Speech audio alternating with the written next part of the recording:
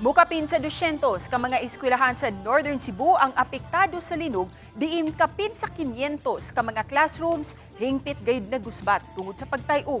Ang detalye sa report ni Femery Dumabo. Sirado man kining usa ka pampublikong eskwelahan sa Barangay Lamitak Sur sa lungsod sa Midilien atul sa pagduaw sa GMA Regional TV team. Apan sa gawas pa lang, dayag ang grabing danyos nining pampublikong eskwelahan. Nalungag kining usa ka bahin sa classroom. Samtang nangahulog nga mga kisame, nang liki nga mga bungbong ang makita usab sa Bogo City Central 1. Pipila lang kini sa kapin 200 ka mga eskwelahan sa Northern Cebu nga grabing pagkadaot tungod sa magnitude 6.9 nga linog ug sa mga aftershocks. Kapin sa 700 ka mga classrooms ang nakaangkon og major damages. Samtang kapin sa 2,000 ang nakaangkon usab og minor damages. Gipaybaw ni DepEd 7 Regional Director Celestiano Jimenez nga mukabat sa dulan 4 bilyones pesos nga kwintada sa maong mga danyo sa eskwelahan.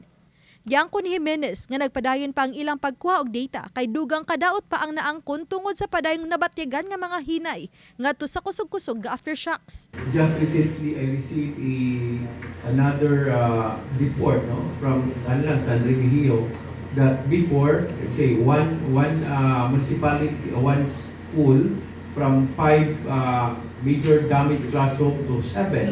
So, nag-increase from minor na himo ng major damage.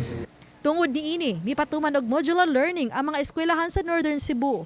Sugod niadto Oktubre 3. Apan giklaro ni Jimenez nga dili pinog sanay ang pagpatubag sa mga modules. Kay gigamit usab kini isip usa ka paagi sa stress debriefing.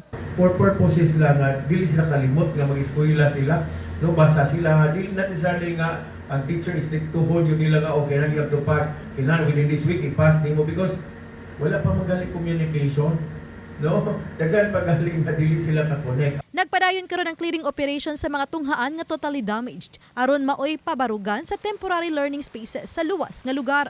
Natay ongoing clearing but katong nga kuan nga totally damaged mo gid priority for the TLS.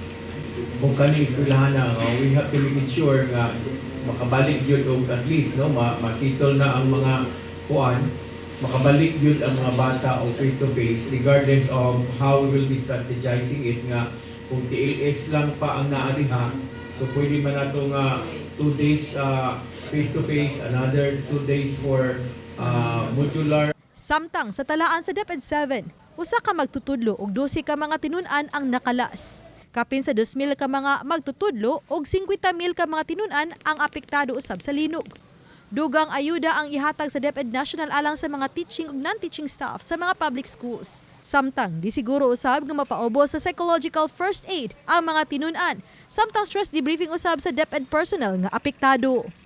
Uban ni Clans Gabutin og Rod Prado, Femery Dumabo. Balitang Bisdak.